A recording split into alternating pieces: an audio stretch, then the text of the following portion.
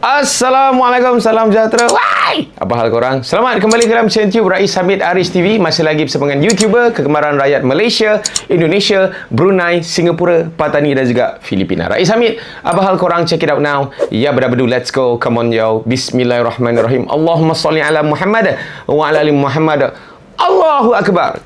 Tekan butang subscribe. Setelah sebulan aku dapat barang ni dan aku dah pakai. So ini first review yang aku nak bagi tahu dekat korang. Benda apa ni?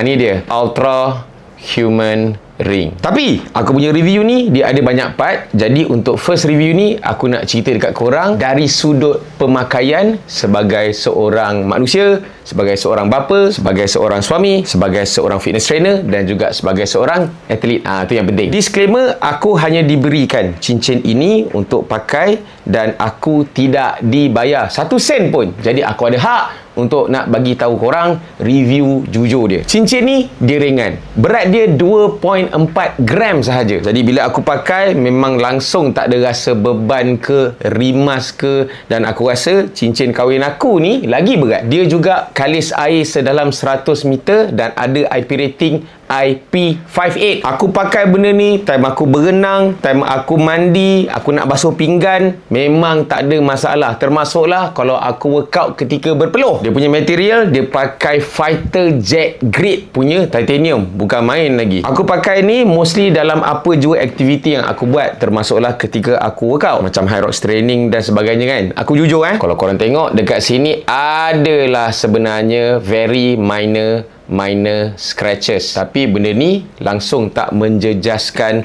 dia punya function dan sebagainya. Hari tu pun aku pernah je sambil-sambil workout tu tiba-tiba aku duduk bilik-bilik dan benda ni tercampak dan terjatuh atas lantai. Memang tak ada isu langsung. Jadi bila dah ada macam minor scratches dekat sini, aku pun dah jadi macam sayangnya kan, benda ni dah lah mahal no. Jadi aku play safe. Kalau benda-benda yang melibatkan aku kena genggam ke, kena bergayut ke, dekat bar ke, aku akan buka benda ni. Dari segi bateri kalau tulis dekat punya spec sheet tu dia boleh tahan 4 hingga 6 hari. Aku pakai ni selama 5 hari. Lepas 5 hari baru aku charge, dan nak fully charge tu mengambil masa dalam 2 ke 3 jam macam tu. Aku rasa itu je kot yang aku boleh bagi tahu untuk part 1 review untuk Ultra Human Ring ni. Sebab kalau korang tengok pun dekat sini aku ni penuh dengan aksesori. Jam pun sampai ada 2. Tapi aku jujur je, aku tak dapat nak monitor pun. Aku punya tidur sebab yelah aku buka kan jam aku masa tidur. Kalau pakai jam masa tidur aku tak selesa. Tapi dengan Ultra Human Ring ni aku tak ada masalah. Kalau nak tidur dengan pakai benda ni